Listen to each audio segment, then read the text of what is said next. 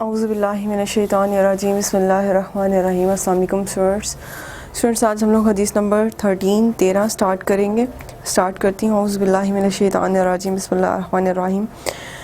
من تحتی رکاب الناس یوم الجمعۃ اتخذ جسرا الی جہنم۔ من تحتا جو شخص یا جس شخص نے پھلانگا، تحتا پھلانگا، رقابہ گردنیں، الناسی لوگوں کی، یوم الجمعتی جمعہ کے دن، اتخذ اس نے بنایا، جسرن پل، الا طرف، جہنم جہنم کی طرف، دوزخ کی طرف۔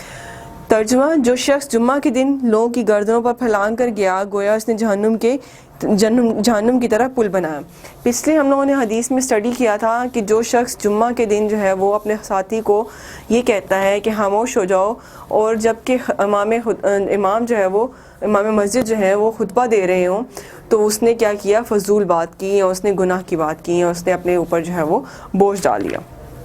یہاں فرمایا جا رہا ہے جو شخص جمعہ کے دن لوگوں کی گردنیں پھلانگ کر جاتا ہے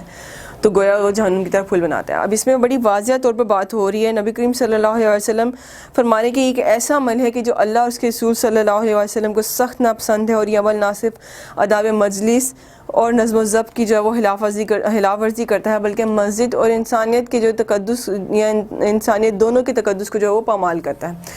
نبی کریم صلی اللہ علیہ وسلم کے نزدیک جو ہے وہ یہ شخص ایسے ہی ہے جیسے اس نے جو اپنے لیے جہنم کی طرف جو ہے وہ رستہ بنا لیا، پل بنا لیا۔ اب یہاں پر بات کیا ہو رہی ہے کہ جب آپ گھر سے نکلتے ہیں، اول تو یہ حکم ہے کہ جب بھی جمعہ کے دن جو ہے وہ خطبہ سے تھوڑا پہلے نکلیں، تھوڑا پہلے چلتے ہوئے آئیں، تاکہ جو ہے وہ آپ کو خطبہ جو ہے وہ مکمل جو ہے وہ خطبہ سننے کو ملے، مکمل جو ہے وہ ہدایت کا ایک لیسن سننے کو ملے۔ سیکنڈلی آپ کو جگہ بھی مل جائے، تو آپ کو یہ سارے کام بھی نہیں کرنے پڑیں گے۔ اب یہاں پر پچھلی حدیث میں ہم نے پڑھا تھا کہ آپ کو بولنے، چالنے، سلام، توجہ، اس طرح کی کسی بھی بات کہنے کی اجازت نہیں ہے۔ جب آپ مسجد کے اندر انٹر ہو جاتے ہیں تو جہاں جگہ ملی ہے خاموشی کے ساتھ بیٹھ جائیں۔ آپ اپنے ساتھی جس کے ساتھ آپ آئے ہیں، آپ اس کو بھی نہیں کہہ سکتے کہ آ جاؤ میرے ساتھ بیٹھ جاؤ۔ جتنا آپ جو ہے وہ ان سب چیزوں سے پرہیز کریں گے، اتنا ہی جو اللہ تعالیٰ کا قرب اختیار کریں گے۔ اللہ تعالیٰ جو ہے اس بات کو جو ہے وہ بالکل بھی پسند نہیں فرماتا کہ جب میرے گھر میں تم داخل ہوگے تو پھر تم دنیاوی معاملات، یہ دنیاوی چیزیں، یہ دنیاوی حرکات میں جو ہے وہ پڑ جاؤ۔ مسلمانوں کو ہدایت کی گئی ہے جب جمعہ کا خطبہ ہو رہا تو بعد میں آنے والے پہلے سے بیٹھے ہوئے لوگوں کی گردنوں کو نہ پھلانگ کر آگے نہ جائیں، کیونکہ یہ بات آداب مسجد، آداب جمعہ، آداب مجلس اور آداب انسانیت اور نظم و ضبط کے جو ہے وہ خلاف ہے۔ آداب جمعہ اور آداب مجلس کا تقاضا ہے کہ جہاں مناسب جگہ ملی ہے وہیں پہ بیٹھ جائیں، کہیں پہ جو ہے وہ یہ نہ کریں گے اگر کوئی شخص جو ہے وہ بیٹھا ہوا ہے، کوئی نماز پڑھ رہا ہے، اب اس کی نماز کے اوپر سے جو ہے وہ گزر کر جائیں۔ ان سب حرکات سے جو ہے وہ اللہ تعالیٰ اور اس کے رسول صلی اللہ علیہ وسلم سخت ناپسند فرماتے ہیں اور منع فرماتے ہیں، اور حکم بھی یہی ہے کہ دوسروں کی گردنیں پھیلا کر اگلی صفوں میں بیٹھنے کی کوشش نہ کرو، یہ بہت ہی برا عمل ہے۔ اور نبی کریم صلی اللہ علیہ وسلم نے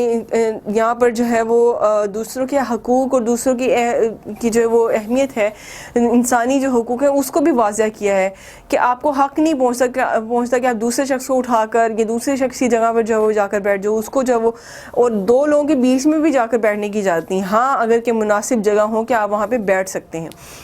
کیونکہ یہ بھی ہو سکتا ہے کہ وہاں پہ کوئی بیٹھا ہو اور وہ رفع حاجت کے لیے کسی وجہ سے جو وہ اٹھ کر گیا ہو، آپ اس کی جگہ پہ بیٹھ جاؤ، تو اس لیے پچھلی صف میں جہاں آپ کو جو ہے جس نمبر پہ آپ کو جگہ ملتی ہے بیٹھ جائیں، مگر یہ کوشش مت کریں کہ دوسرے کی جگہ پہ آپ بیٹھیں یا دوسرے کو جو ہے وہ آپ تنگ کریں یا پریشان کریں۔